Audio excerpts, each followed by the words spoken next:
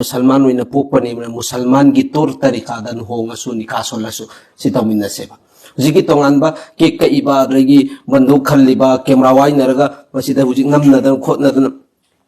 tawriba mayam singsi ai khoi gi tur tarikana tebal ke ghair singsi gi English masa singsi gi adugum laba Europe country mohoi gi culture ngaktani si singsi de yamna tham ehtiyat taw na ngai hot na seba inshallah I samuk suni ikhoi loina mak suni aduna ikhoiga mari leinabda aigi isaga mari leinabda su yamna laina nuhong na ngai gi nikason basi yamna laina so na ngai gi ikhoi isana su ehtiyat tawge aduga tari ba mising su mafam daga thangoge ikhoigi phattaba mayam thingba ngamdabse kanaguma mi amdi sumninge ba sumthokninge ba hoi hoi aduni ikhoigi akoi